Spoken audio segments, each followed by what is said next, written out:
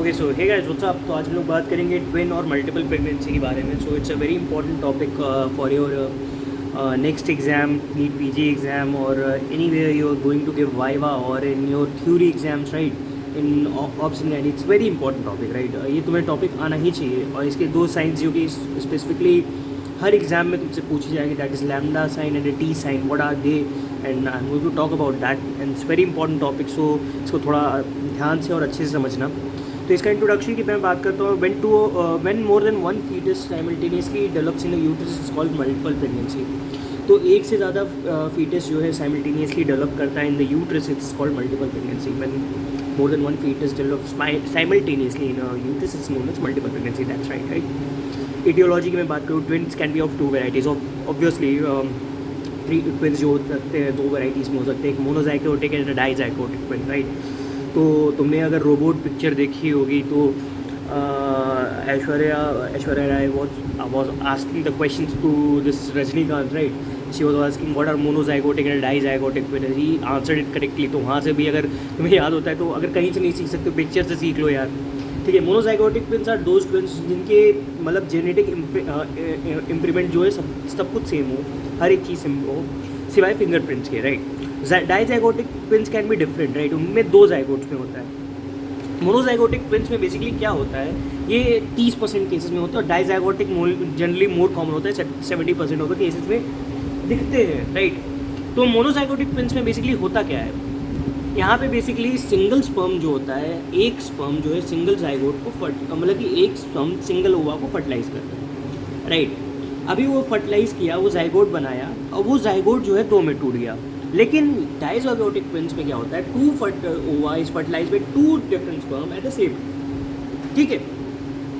तो यहाँ पे दो जो है स्पर्म दो ओवा को एट द सेम टाइम और एट अ डिफरेंट टाइम, सुपरफिटेशन भी हो सकता है ऑब्वियसली, लेकिन हम लोग यहाँ पे मानते हैं दो स्पर्म दो ओवा को फर्टिलाइज करते हैं और दो डिफरेंट जाइगोट बनते हैं, ठीक है। यहाँ पे दो डिफरेंट जाइगोट बनेगा डाइजाइगोटिक में। मोनोजाइगोटिक में there will be single sperm single ova but the zygote divides into two, that's the basic concept, right.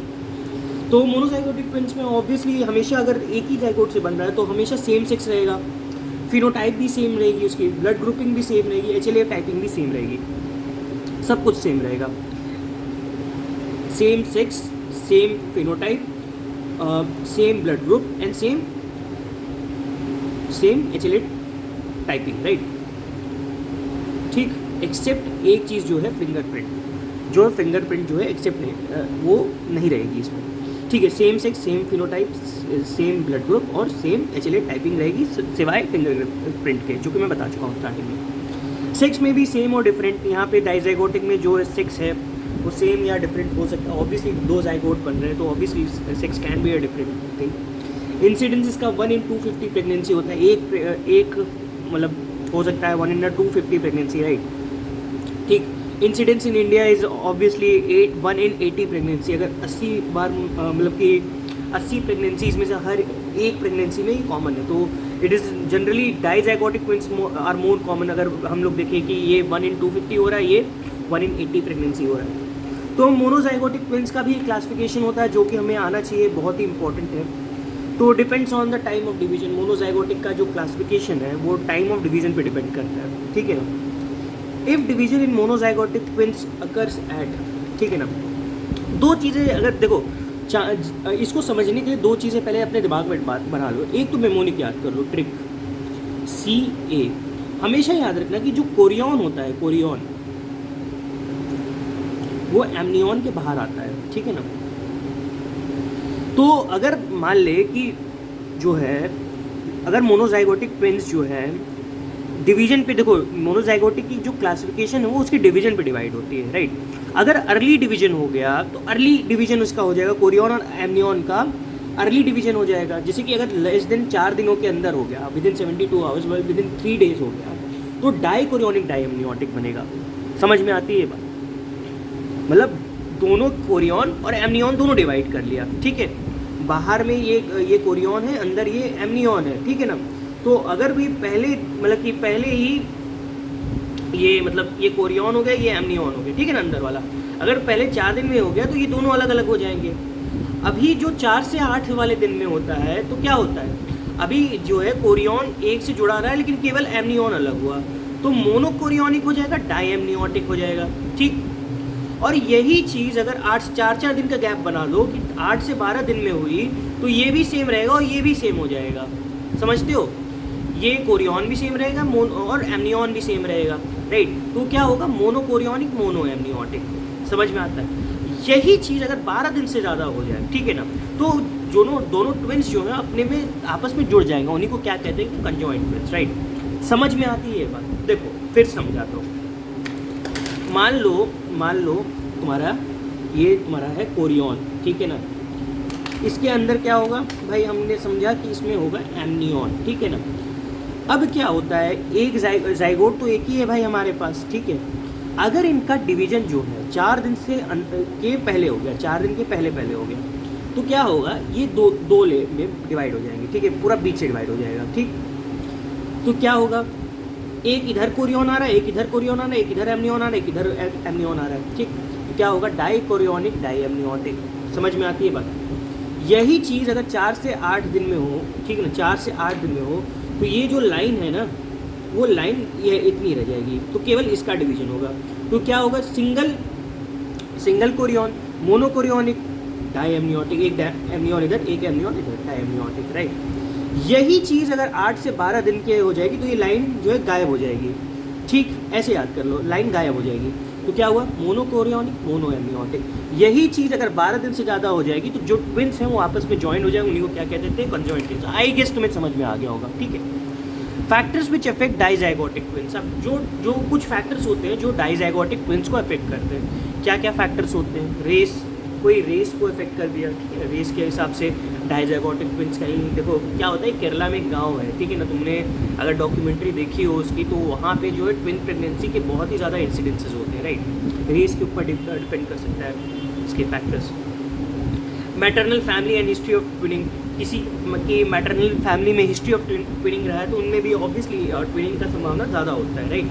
Maternal as, किसी की एज के ऊपर भी डिपेंड करता है, ठीक है ना, कि अगर एज ज़्यादा या कम है तो उसके ऊपर भी वो डिपेंड कर जाता है डाइजाइगोटिसिटी। मैटरनल पैरिटी, अगर पैरिटी के ऊपर भी डिपेंड करता है, ठीक है, कितना पैरिटी है उसके ऊपर भी डाइजाइगोटिक ट्विंस डिपेंड करते हैं। Age, parity, maternal history of family history या रेस, ठीक है। नेक्स्ट हम लोग बात करेंगे इसके क्लिनिकल फीचर्स की। तो क्लिनिकल फीचर्स बेसिकली क्या समझते हो, अगर मान लो कि सिंगल प्रेगनेंसी में जो चीज़ें होती हैं उन्हीं का अगर एग्जैगरेशन हो जाए, वो ट्विन प्रेगनेंसी हो गई। ये कॉन्सेप्ट लगा के इसको पढ़ो। अब समझो, exaggeration of symptoms of normal pregnancy. Normal pregnancy में जो सिम्टम्स होते हैं उसी का एग्जैगरेशन हो जाता है। जैसे कि अगर नॉर्मल प्रेगनेंसी में वॉमिटिंग, नोजिया होता था, तो यहाँ पे क्या होता है, बहुत ज़्यादा नोजिया, बहुत ज़्यादा वॉमिटिंग, क्योंकि 2 ट्विंस हैं, उसी को क्या कहेंगे, hyperemesis gravidarum. Symptoms due to over distended, अभी जितना यूट्रस उसका डिस्टेंड होना था, अपने को चाहिए था सिंगल प्रेगनेंसी में, अभी ट्विन प्रेगनेंसी है, तो जो यूट्रस होगा वो ज़्यादा डिस्टेंड करेगा उतनी स्पेस एक्यूमुलेट करने के लिए।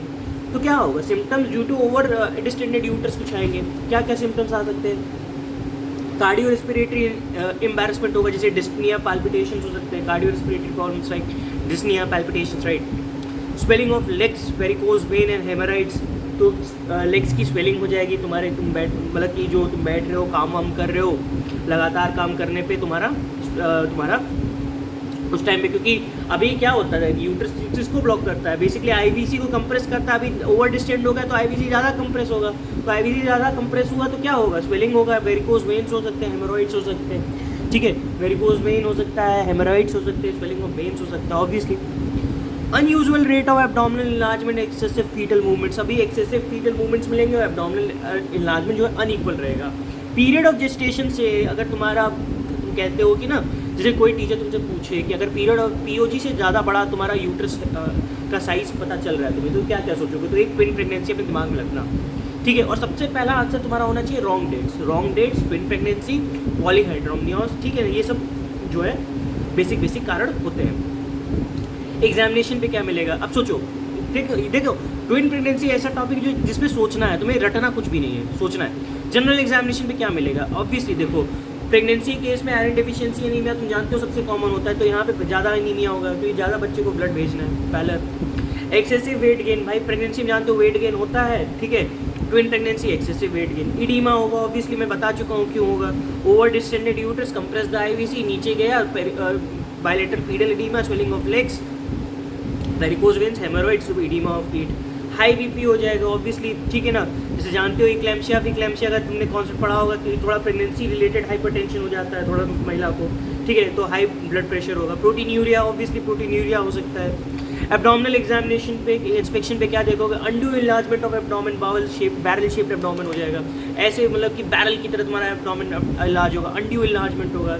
पीरियड ऑफ जेस्टेशन से तुम्हारा ज़्यादा एब्डोमेन इनलार्जमेंट होगा। पैल्पेशन पे क्या देखोगे, height of the uterus will more than the period of amenorrhoea, period of amenorrhoea से जो है हाइट ऑफ यूट्रस हमेशा बड़ी होगी, height of uterus will be more than the period of amenorrhoea, right. Abdominal girth more than the normal at term, अगर term पे तुम देख रहे हो कि एब्डोमिनल गर्थ जितनी होनी चाहिए उससे ज़्यादा बड़ी गर्थ है, तुम एक ट्विन प्रेगनेंसी के लिए अल्ट्रासाउंड करा लेना कि हाँ ट्विन प्रेगनेंसी तो नहीं है। मान लिया तुमने पहले ट्विन डिलीवर के कराने के बाद अर्गोमेट्रिन या कुछ भी ऐसा सिंटो इंटो दे दिया तो मर सकता है, सेकेंड बेबी के मरने की संभावनाएं ज़्यादा है, तो तुम्हारे ऊपर मेडिको लीगल केस हो सकता है। तो ये काम नहीं करना है, तुमने अल्ट्रासाउंड करा के देखना ही देखना है कि मल्टीपल प्रेगनेंसी तो नहीं है। प्रेजेंस ऑफ पॉलीहेड्रमनियोस, ठीक है ना, तो एक बार और पॉलीहेड्रमनियोस भी रहेगा। ऑब्वियसली 2 बच्चे हैं तो उनको ज़्यादा स्पेस एक्यूमुलेट करने के अपने आप को पानी मदर को ज़्यादा देना होगा, मतलब कि पॉलीहेड्रमनिया से केस बन सकता है ये।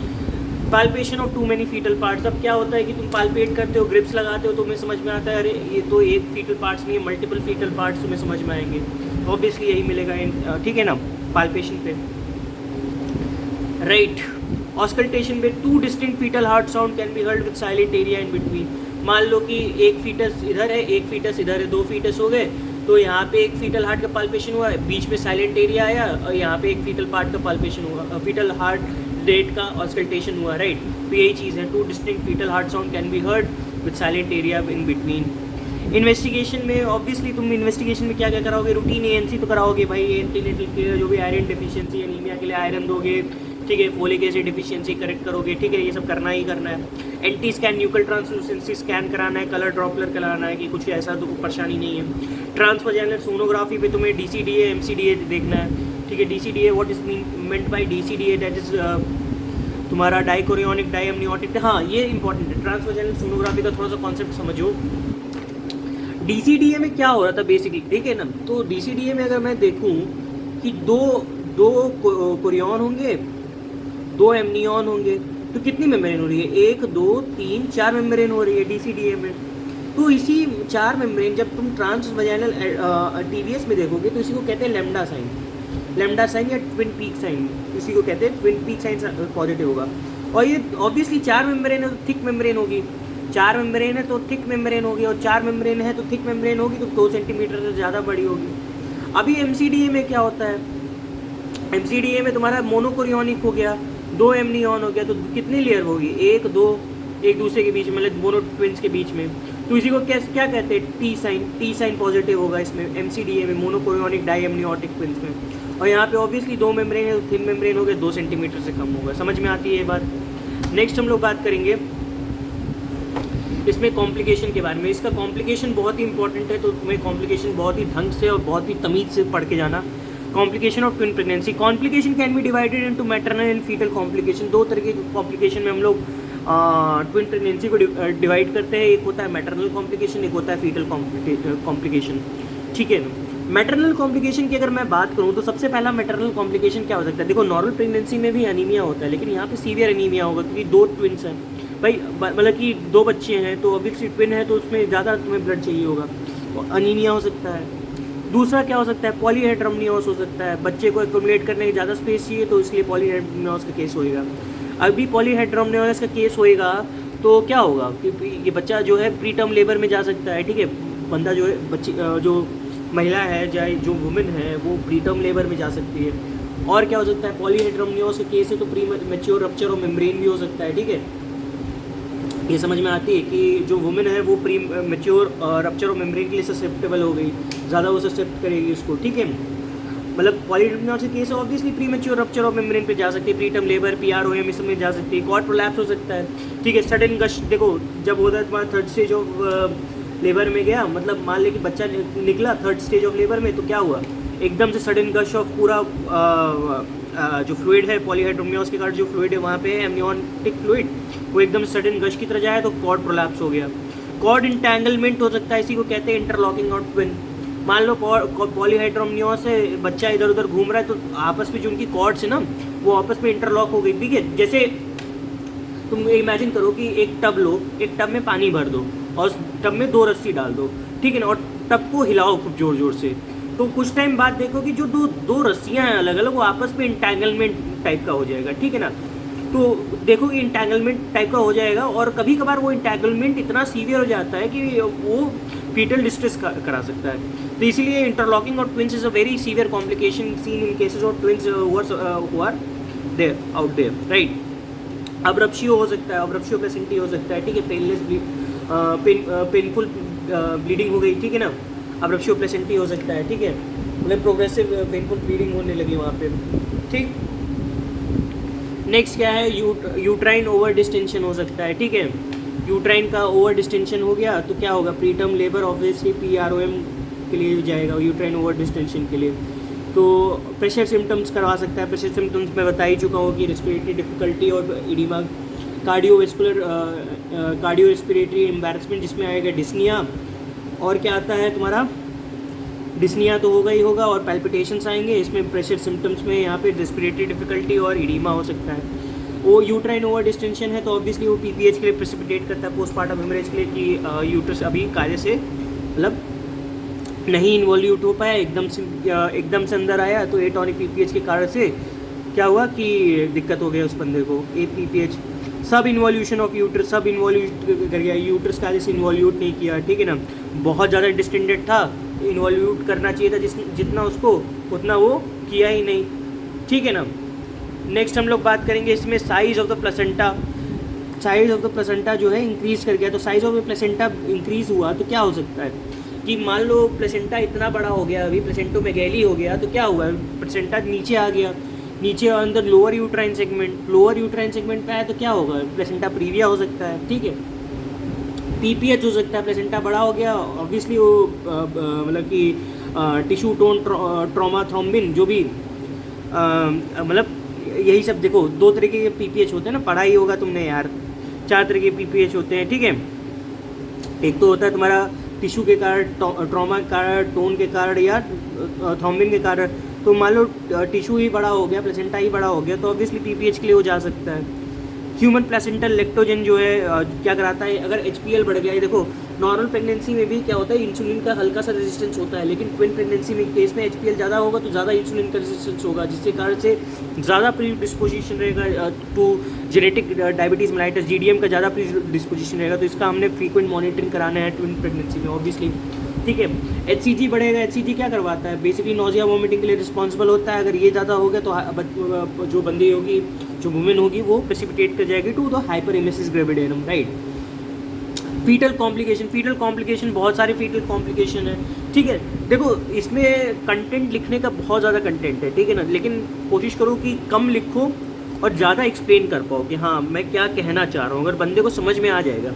अभी तो इतना ही पढ़ो ना, अभी देखो तुम्हें देखो एग्ज़ाम के लिए प्रिपेयर कर रहे हो, थ्योरी एग्ज़ाम या जो भी तुम एग्ज़ाम के लिए प्रिपेयर कर रहे हो, अभी ऐसे पढ़ो क्योंकि तुम्हें पता है रीज़न क्या है, ठीक है ना, इसका रीज़न पता ही है तुम्हें, क्यों preterm labour, PROM, cord prolapse क्यों होगा, ठीक है ना। वहाँ पे जाके अगर तुम्हें याद ना है कंटेंट तो यही सब कंटेंट को तुम थोड़ा सा इलैबोरेट कर देना, ठीक है।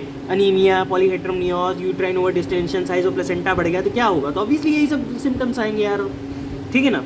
ये सब सिम्टम्स ऐसी चीज़ें हैं जो तुम्हें मुझे बतानी चाहिए कि हाँ सर बॉस ये होता है, बॉस ये होता है, ठीक है ना। खैर फीटल कॉम्प्लिकेशन पे आता है, तो फीटल कॉम्प्लिकेशन में सबसे पहले क्या हो सकता है, कॉन्जेनाइटल अनॉमलीज हो सकती है बंदे को, कि हाँ कि बच्चा जो है कंजेनाइटल कुछ अनॉमली हुई, डाउन सिंड्रोम, उसमें ज़्यादा, क्योंकि ये ट्विंस में मोस्ट कॉमन होता है, मोस्ट कॉमनली ट्विंस में मोर कॉमन होता है, ठीक है।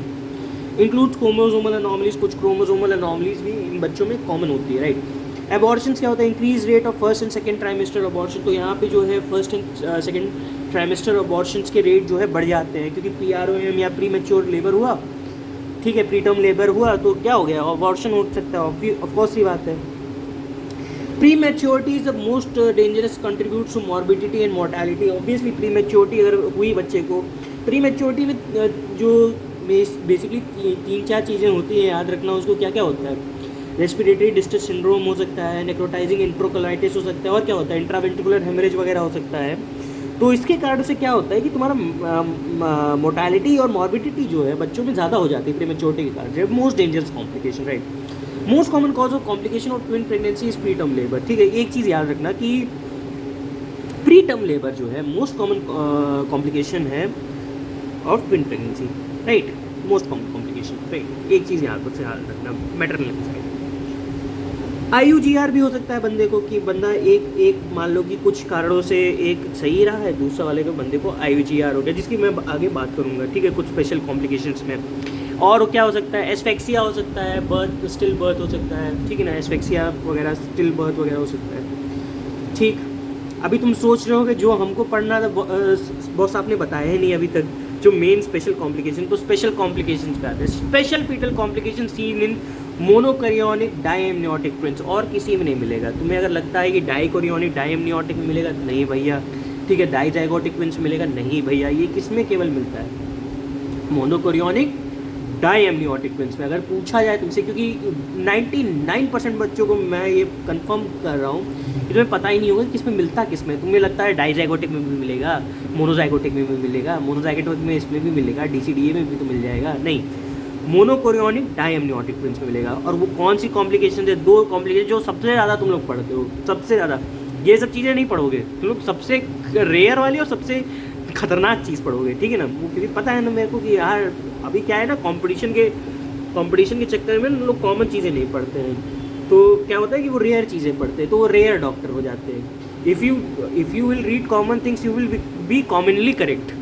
If you will read about rare things, you will be rarely correct. हमारे एक सर्जरी के सर कहते हैं, राइट।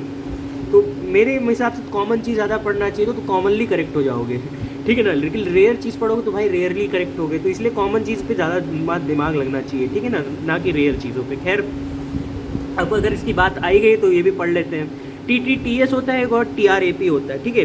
तो twin to twin transfusion syndrome एक होता है तुम्हारा क्या, एक होता है ट्विन रिवर्स आर्टेरियल परफ्यूजन। अब इसमें क्या अंतर है, पहले तो ये समझ लो, सुन लो, ठीक है ना। बाकी तो खैर समझाने का तो है ही। क्या होता है basically twin to twin transfusion syndrome. Basically क्या हुआ, एक ट्विन से जो हुआ कि तुम्हारा सारा ब्लड निकल के दूसरे ट्विन में चला गया। अभी क्यों ऐसा होता है, मान लो कि कोई भी कारण हो, जैसे दूसरा ट्विन मान लो ARDS है, रेस्पिरेटरी मतलब कि कार्डियोवेस्कुलर का फंक्शन है ही नहीं, तो सारा ब्लड अपनी तरफ सोक कर लिया। अभी सारा ब्लड अपनी तरफ सोक कर लिया कोई भी कारण से, ठीक है ना। उसमें क्या हुआ, थ्रोम्बोसिस हो गया। तो उसके कारण से एक और कॉम्प्लिकेशन वहाँ पे जन्म लेती है, थ्रोम्बोसिस हो गया और तुम्हारा हीमोग्लोबिन उधर बढ़ गया। तो क्या हो सकता है, ट्विन अनीमिया पॉलीसाइथीमिया सीक्वेंस हो सकता है, ठीक है ना। अब उसके अलावा एक क्या हो सकता है कि जो ब्लड के साथ साथ हो सकता है वो सारा जो एमनियन का पानी है, जो हेड्रोमनियस का पानी है, वो अपनी तरफ खींच ले। तो ट्विन ऑलिगो पॉलीहेड्रोमनियस सीक्वेंस हो सकता है इसी में, TTTS में, ठीक है, twin to twin transfusion syndrome में। एक होता है twin reverse arterial perfusion. Twin reverse arterial perfusion basically होता क्या है कि तुम्हारा जो ट्विन है वो मतलब कि रिवर्सली में लेने लगे, जिसकी मैं आगे बात करूँगा। खैर अभी पहले TTTS पे बात करते हैं, फिर उस पर आते हैं, ठीक है ना, क्योंकि इसको समझाने के लिए थोड़ा सा मेरे को एक्सप्लेनेशन थोड़ा सा पे बिल्डअप करना पड़ेगा, ठीक है ना। तो TTTS पे ज़्यादा हम लोग अभी फोकस करते हैं, राइट। देखो तो TTTS जो है ज़्यादा इंपॉर्टेंट है, इसको ज़्यादा तुम्हें देखना है। तो ये सीन इन मोनोकैरियोनिक डायएमनियोटिक ट्विन्स, सब सही बात है। Deep artery of one twin जो होता है deep vein of other twin से कनेक्टेड होता है, ठीक। तो क्या होगा, डोनर ट्विन में क्या होगा, अनीमिया होगा। रिसिपिएंट ट्विन में पॉलीसाइथीमिया होगा, क्योंकि अगर डोनर ट्विन से ऑब्वियसली जो है रिसिपिएंट ट्विन में जा रहे कोई भी कारण से हो सकता है, ठीक है ना, कोई ऐसा स्पेसिफिक कारण नहीं है, कोई भी कारण हो सकता है। तो पॉलीसाइथीमिया हुआ, थ्रोम्बोसिस हो गया। अभी हीमोग्लोबिन का डिफरेंस जो है अगर 5 मिलीग्राम पर डेसीलीटर से ज़्यादा हुआ इन बोथ ट्विन पे, अभी देखो क्योंकि यहाँ पे अनीमिया हो रहा है, यहाँ पॉलीसाइथीमिया हो रहा है, तो ऑब्वियसली हीमोग्लोबिन ज़्यादा यहाँ पे होगा, तो इसमें और इसमें कोई डिफिसिट क्रिएट होगा हीमोग्लोबिन का। अगर वही डिफिसिट तुम्हारा हीमोग्लोबिन का जो है 5 ग्राम पर डेसीलीटर से जो है ज़्यादा हो जाए तो क्या होगा, ट्विन अनीमिया पॉलीसाइथीमिया सीक्वेंस, जिसकी मैं बात कर रहा था, TAPS, twin anaemia polycythaemia sequence. अब देखो ये कैन अगर एज आइसोलेटेड फाइंडिंग चाहिए, आइसोलेटेड फाइंडिंग में हो सकता है 26 वीक की प्रेगनेंसी से ज़्यादा के केसेस में, और यहाँ पे ऑलिगो हाइड्रोमनियोस और पॉलीहाइड्रोमनियोस नहीं देखते हैं। लेकिन अगर इसके साथ अगर एक पार्ट होता है TTTS का जिसमें ऑलिगो हाइड्रोमनियोस और पॉलीहाइड्रोमनियोस में हम लोग देखते हैं, तो उसी को बोलते हैं twin oligo poly sequence, TOPS, twin oligo poly sequence, right, TOPS। ये एक आइसोलेटेड फाइंडिंग में होती है, या जाए तो ये TOPS के साथ भी एसोसिएटेड होती है, राइट। और इसमें कैसे ये होता है, देखो डोनर ट्विन में क्या होता है, basically blood flow in donor twin is decrease. तो ब्लड फ्लो जो होता है, अभी जिसने ब्लड फ्लो क्योंकि दे दिया, अभी उसको ब्लड दे दिया, मान ले डोनर ट्विन ने अपना ब्लड सारा दे दिया, तो इसमें क्या होगा, अपना सारा ब्लड देने के कारण जो उसके बॉडी में ब्लड कम बचेगा, जिसके कारण से क्या होगा, जो उसका रीनल ब्लड फ्लो है वो कम हो जाएगा। ये क्या है, रीनल ब्लड फ्लो है, इसमें रीनल ब्लड फ्लो कम होगा। अभी रीनल ब्लड फ्लो कम हुआ तो GFR कम होगा, अभी GFR कम होगा, लेक्स यूरिन एक्सक्रीट करेगा। तुम जानते हो जो एमनियन का पानी है, जो ऑलिगो हाइड्रोमनियस पॉलीहाइड्रोमनियस जो हाइड्रोमनियस कराता है, वो कहाँ से आता है, यूरिन से बेसिकली कंस्टिट्यूट करता है, ठीक है। जो अबाउट 90-95% जो है यू फीटल यूरिन से ही बनता है। अभी वो यूरिन ही नहीं आ रहा तो क्या होगा, ऑब्वियसली ऑलिगो हाइड्रोमनियस होगा। उसका जस्ट अपोजिट केस की रेसिपिएंट ट्विन्स में ब्लड फ्लो ज़्यादा है, RBF ज़्यादा है, GFR ज़्यादा है, तो पॉलीहाइड्रोमनियस हो गया। इसी कारण से क्या हुआ, ट्विन ऑलिगो पॉली सीक्वेंस हो गया। समझ में आता है। और इसका मैनेजमेंट तुम कैसे कर सकते हो, इसका मैनेजमेंट भी इंपॉर्टेंट है। मैनेजमेंट कैसे करोगे, फीटोस्कोपिक लेज़र एब्लेशन कर दो, ठीक है ना। मान लो कि वहाँ पे जाओ, लेज़र लगा दो, उसका एनास्टोमोसिस का एब्लेशन कर दो, राइट, तो इससे वो ठीक हो जाएगा। नेक्स्ट हम लोग बात करते हैं इसके ट्विन रिवर्स आर्टेरियल परफ्यूजन की, ठीक है ना। ये क्या है, TRAP। तो बेसिकली ये एनास्टोमोसिस है, आर्टरी टू आर्टरी और वेन टू वेन का एनास्टोमोसिस है, ठीक। अभी देखो क्या होता है कि मानो मैं बताया ही था कि तुम्हें, जैसे मान लो कि एक ट्विन जो है उसके पास सीरियस एक्टिविटी प्रेजेंट है, एक ट्विन है उसके पास जो है कार्डियक एक्टिविटी प्रेजेंट नहीं है, ठीक। तो उससे क्या हुआ कि कार्डियक एक्टिविटी है नहीं, तो क्या करेगा, जैसे एक मान लो एक वैक्यूम की तरह बन जाता है। जो दूसरा ट्विन है जिसमें कार्डियक जो हर्ट नहीं है, तो वो एकदम वैक्यूम की तरह बन गया। अभी ये वैक्यूम की तरह बन गया तो सारा का सारा ब्लड जो है ए से वो खींचना चाहेगा, ठीक है ना। जो एक कार्डियक ट्विन है वो लैक करता है हर्ट, और सारा ब्लड वो अपनी तरफ खींचना चाहेगा। Umbilical artery of twin A takes blood to twin B which does not have heart, ठीक है। ये जो इसकी अम्बलाइकल आर्टरी है ट्विन ए की, वो ट्विन ए बी को सारा ब्लड लेके जाएगी जिसके पास हर्ट है ही नहीं। अब due to gravity blood reaches the lower limb of the twin B, ठीक है। तो जो ग्रेविटी के कारण क्या होता है, अभी देखो उसमें हर्ट तो है ही नहीं, तो वो पंपिंग एक्शन तो है ही नहीं, तो ग्रेविटी के कारण जब ये सारा ब्लड जो है ट्विन बी में चला गया, तो सारा ब्लड कहाँ पे आएगा, ग्रेविटी के कारण कहाँ आता है। अगर तुम खड़े हो तो कहाँ तुम्हारा ग्रेविटी पे सबसे ज़्यादा तुम्हारा मतलब कि प्रेशर लगता है, पैरों पे ऑब्वियसली, तो लोअर लिम्ब में जाएगा सारा ब्लड, लोअर लिम्ब फॉर्म, तो उसके कारण से तुम्हारे उसके लोअर लिम्ब तो बन जाएंगे, लेकिन उसके हर्ट जो है लैक करता है, तो rest of the body is not form, तो तुम्हें वो अजीब सा एकदम तो ट्विन दिखेगा, ठीक है ना। जैसे लगेगा एलियन पैदा हो गया है कोई। Cannot be change, it is a very hard wrenching condition for the women और फॉर द पेरेंट्स और for the doctor too, but ठीक है वो इस तरीके का दिखेगा। और इसके भी 3 प्रकार होते हैं, लेकिन उसमें मैं नहीं घुसूंगा, ठीक है ना। उसमें घुसूंगा तो परेशान हो जाओगे। एक तो बनता ही नहीं है, और एक में क्या होता है कि जो है मतलब पूरा बॉडी ही नहीं बना एक में, और एक में शायद से होता है कि सर्वर खाली मतलब सर्वर बन गया, वो नहीं बना, लिम्फ नहीं बने, ठीक है। तो माइलिया कार्डियस होता है और होता है, ठीक है। तो वो सब बहुत बात की चीज़ें, लेकिन उसको मत ही याद करो। तो एक कार्डियस ए सिफेलिस होता है, इसमें कार्डियस भी नहीं है और सिफेलिस तो है ही नहीं, ठीक है ना सिफेलिस है ना कार्डियस है, ठीक। इसका भी वही मैनेजमेंट है, रेडियो फ्रीक्वेंसी लेजर एब्रेशन कर दो, RFA कर दो, ठीक है। अभी मैनेजमेंट ऑफ ट्विन प्रेगनेंसी क्या है, management, I am really sorry for this, right. ये हो जाता है कभी, I am really sorry for this ना, एक सेकेंड, हाँ जी। तो I am really sorry for this because ये होना नहीं चाहिए था, हाथ लग गया था, तो लैक ऑफ मनी से, तो क्योंकि मैं एक जुगाड़ के थ्रू ये जो कैमरा का स्टैंड है बनाया हूँ, तो लैक ऑफ मनी, ठीक है आई गेस। तो खैर जब पैसे आएंगे तो कैमरा का स्टैंड भी खरीद लूँगा। खैर मजाक से हट के अभी आते हैं इस पर मैनेजमेंट पे जो मैं बात कर रहा था। तो मैनेजमेंट ऑफ ट्विन प्रेगनेंसी कैसे करेंगे, 2 तरीके से मैनेजमेंट हो सकते हैं। एक तो चाहे तो एंटीनेटल मैनेजमेंट रहे, ठीक है, चाहे तो इंट्रापैरेटम मैनेजमेंट रहे। अभी एंटी नेटल मैनेजमेंट क्या होगा? Early diagnosis is very important to detect chorionicity, amnionicity and fetal anomaly. अभी तुमने मान ले कि अर्ली डायग्नोसिस बना लिया। अभी अर्ली डायग्नोसिस का सबसे कॉमनली तुम कैसे कर सकते हो? अल्ट्रासाउंड से। अगर बेसिकली तुम्हें पूछा जाए कि हाँ अगर आपको ट्विन प्रेगनेंसी का पता लगाना है भाई साहब, तो कैसे पता लगाओगे?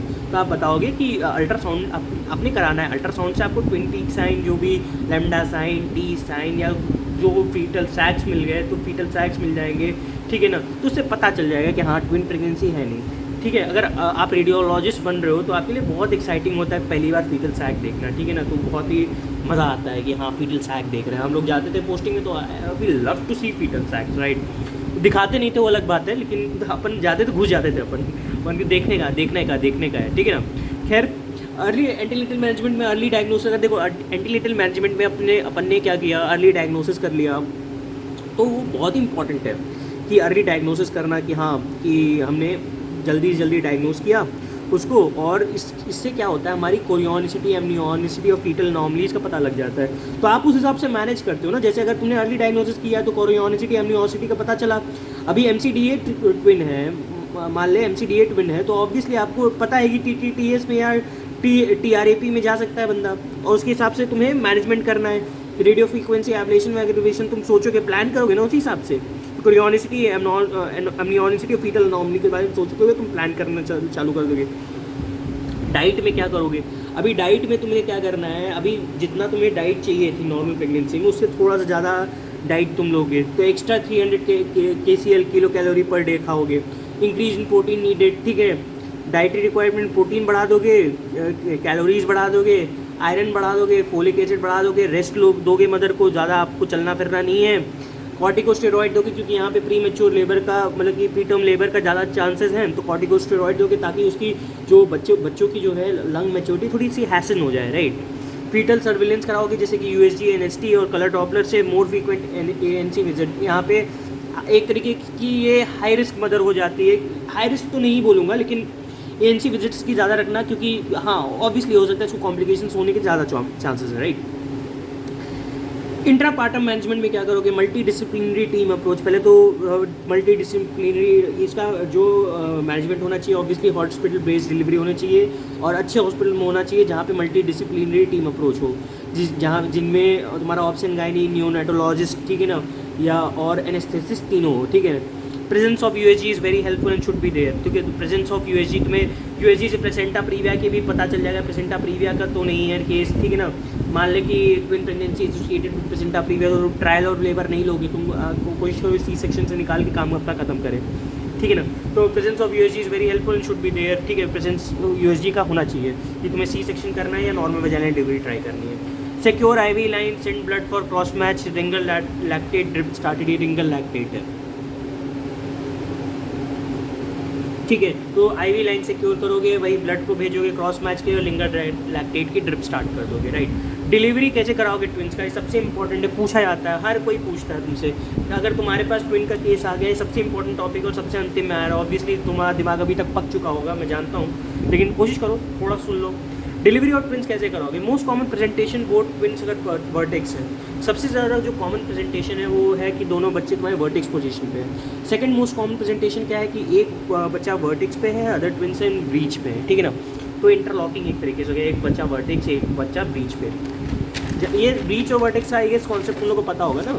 हेड वाला अगर प्रेजेंट कर रहा है तो वो वर्टेक्स है, और तुम्हारा अगर पैर वाला प्रेजेंट कर रहा है तो ब्रीच है, ठीक है, जानते ही होगे ऑब्वियसली, तुम लोग इतना पढ़े लिए होगे, बहुत समझदार होगे। नहीं समझदार हो तो पढ़ लेना भैया, तुम लोग क्या होगा तुम लोग का। तो मोड और डिलीवरी पे आते हैं, depends on the first twin. तो हमारा जो मोड और डिलीवरी रहेगा कि C सेक्शन करना है तुमने, या कुछ ट्रायल देना है, या मैन्यूवर्स करने हैं, या फिर नॉर्मल जेनेट डिलीवरी ही करानी है, तो उसके पहले ट्विन के ऊपर डिपेंड करेगा, क्योंकि जो पहला ट्विन जो कि इंकेज हुआ। If first twin is vertex तो वैजाइनल डिलीवरी करानी है। अगर पहला ट्विन जो है वर्टेक्स में है, वैजाइनल डिलीवरी जाना है। अगर फर्स्ट ट्विन ब्रीच में है या ट्रांसवर्स लाई है, तो हमेशा तुम्हें C सेक्शन करना है, ठीक है ना। हमेशा C सेक्शन करना, कुछ सोचना ही नहीं। अगर ब्रीच पे है तो C सेक्शन कर दो, ठीक है, खत्म। C सेक्शन आज की डेट में सबसे मान लो कि C सेक्शन अगर तुम सर्जन हो, ठीक है, सर्जन हो, आना चाहिए तुम्हें, ठीक है। कभी भी ज़रूरत पड़ सकती है। सर्जन को तो हर एक चीज़ आनी चाहिए। Surgeon are the most I guess most मतलब कि उनके होते हैं ना जो नौ दुर्गा के हाथ, मतलब सर्जन कुछ भी कर सकते हैं। मतलब सर्जन आर लव यू 3000, ठीक है ना। अगर सर्जन बन रहे हो तो that will be love for you, ठीक है ना। तो उनको सब आता है, रेडियो डायग्नोसिस, मेडिसिन, ठीक है, कुछ भी कर लेंगे वो। ऑप्शन गायनी हमारा कहीं से एनेस्थीसिया का ही काम कर लेते हैं सब साले। वो कहीं उनको जहाँ जगह मिलेगी वो वहाँ घुस जाएंगे। ईएनटी सर्जरी भी साले खुद कर लेते हैं, ठीक है।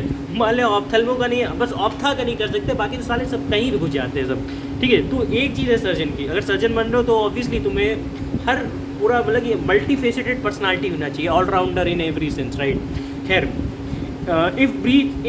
if first twin is in breach and second twin is in vertex, right, अगर पहला बच्चा ब्रीच में है, दूसरा बच्चा वर्टेक्स है, तो ये लीड्स टू कॉम्प्लिकेशन। वो कहते हैं इसको इंटरलॉकिंग और ट्विंस, और वजाइनल डिलीवरी इसमें नहीं करनी चाहिए। बस ये जान लो कि इंटरलॉकिंग और ट्विंस क्या है। एक तरीके का एमसीक्यू सवाल आता है, ठीक है ना। पहला बच्चा ब्रीच में है, दूसरा बच्चा किस में है, वर्टेक्स में है, तो इसको तुम नहीं जाओगे, वजाइनल डिलीवरी नहीं ट्राई करोगे, normal vaginal delivery C section कराओगे, राइट।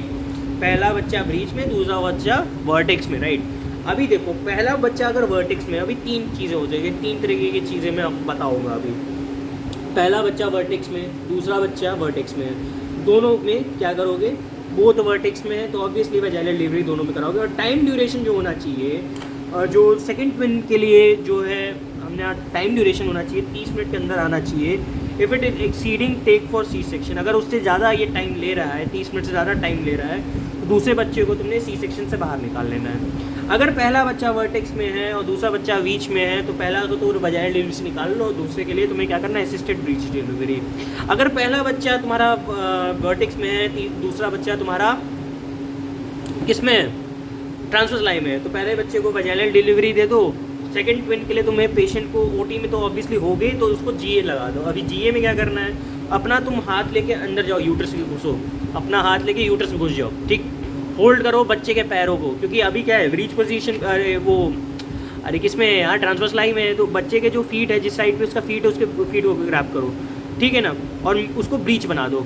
अब उसको क्या करो, उसको ब्रीच बना दो, फीट पकड़ के आगे कर्व कर दो और ब्रीच एक्सट्रैक्शन से उसको निकालो, ठीक है ना।